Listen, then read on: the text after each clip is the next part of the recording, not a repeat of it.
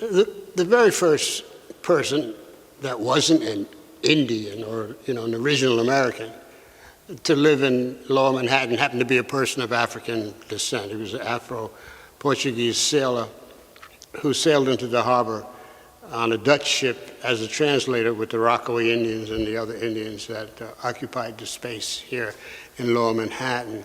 And I guess about 12 or 13 years after that, then the Dutch trading company that occupied New York City and was doing business here, they brought in some slaves to begin to create a labor force. So we're talking about the early 17th century.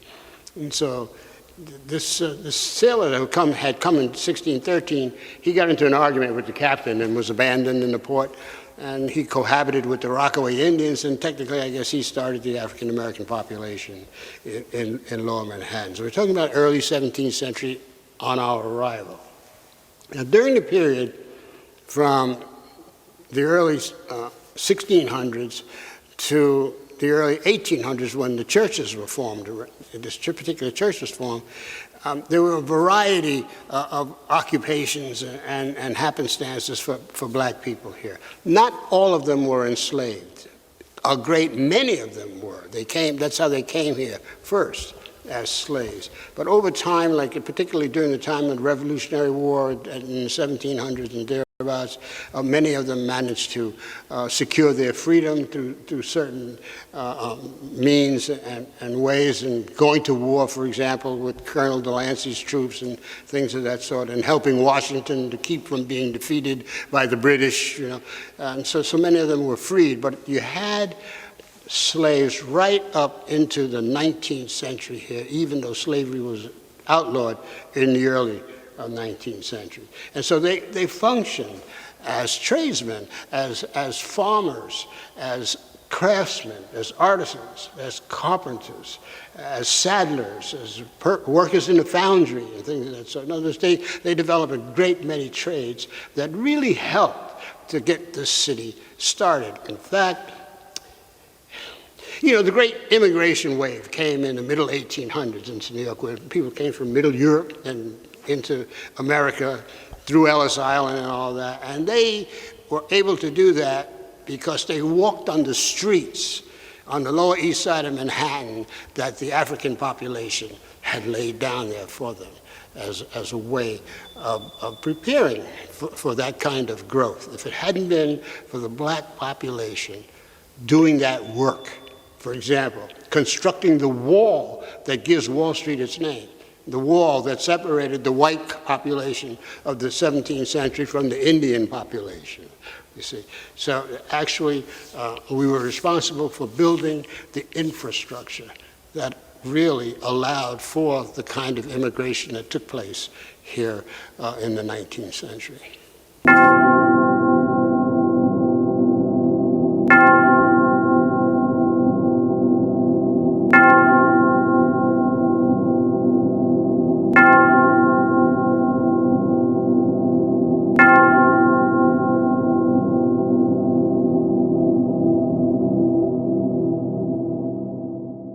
The church really came into being here in 1956 when this building here was built. It was before then. They used to meet in small groups, 1881, around here in this community, which is so different than it is now. And then one of the ministers whose family came and gave some money towards help putting up this building, and an organization at that time called City Mission. They sort of like help expedite the monies that were given, and it was built right here. I think we are the first church that was built on a project, city project building here in 1956. I think it, if I remember correctly, it cost $410,000 to build this church. And at that particular time, City Mission expedite the expenses. And we had a Dr. Walton who was one of the first ministers to my recollections, even though there were other ministers before. It was named DeWitt because I think that was the gentleman that helped, his parents gave the money towards helping with the building of the church. The interesting thing about the black participation in churches, there were several churches and several denominations in Lower Manhattan at the time. And the Lower Manhattan happened to be the seminal influence for at least 4 major black churches that started the outward migration into Harlem. You had St. Philip's, which was started down here, Mother Bethel, AME. There were several churches.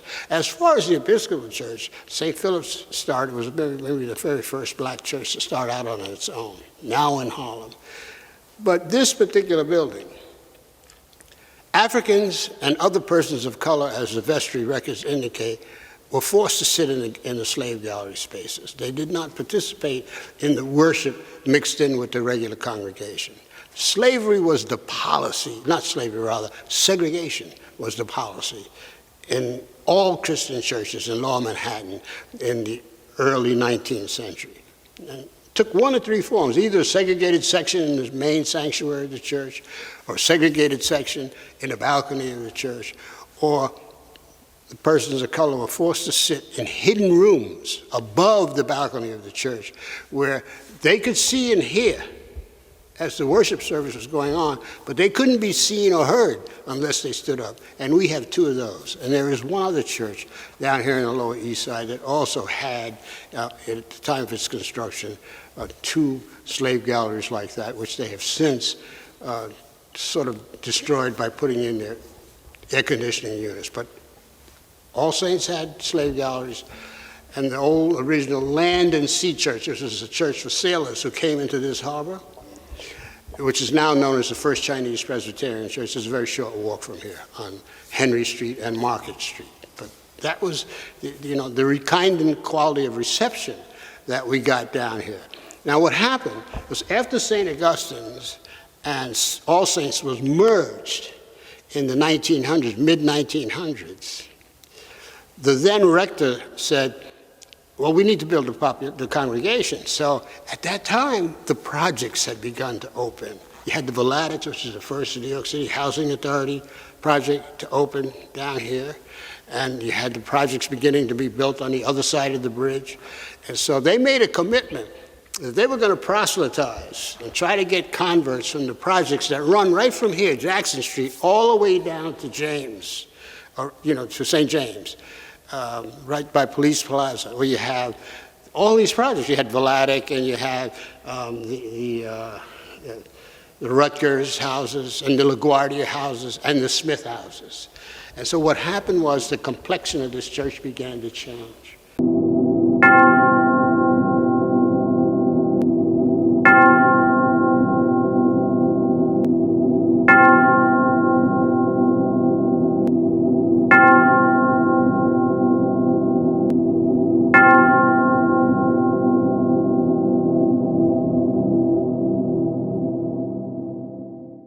Actually, this church is an amalgam of 2 churches. This particular building was built in 1828 as a church for the patrician white elite that lived here on the Lower East Side. It was known as All Souls Free Church. And the interesting thing about the building is that it has, as a part of its original architecture, 2 slave galleries. Now, the church occupied this space for several years, up until the 1940s. And in 1875 or thereabouts, St. Augustine's was established as a chapel over on 3rd Avenue and Houston Street, on the Bowery and Houston, as a chapel for the immigrant population that was moving into the neighborhood at that time. So what you had was, you had All Saints here as the Chapel of Trinity, Wall Street, and St. Augustine's over on 3rd Avenue in the Bowery as the Chapel of Trinity, Wall Street. Now, as time went on, and the neighborhood over on 3rd Avenue became more commercial and less residential, then the congregation of St. Augustine's began to shrink. concurrent with that, the congregation of All Saints over in this neighborhood also began to shrink. So in 1945, period 45 to 47, they merged the two churches, and it took the name St. Augustine's.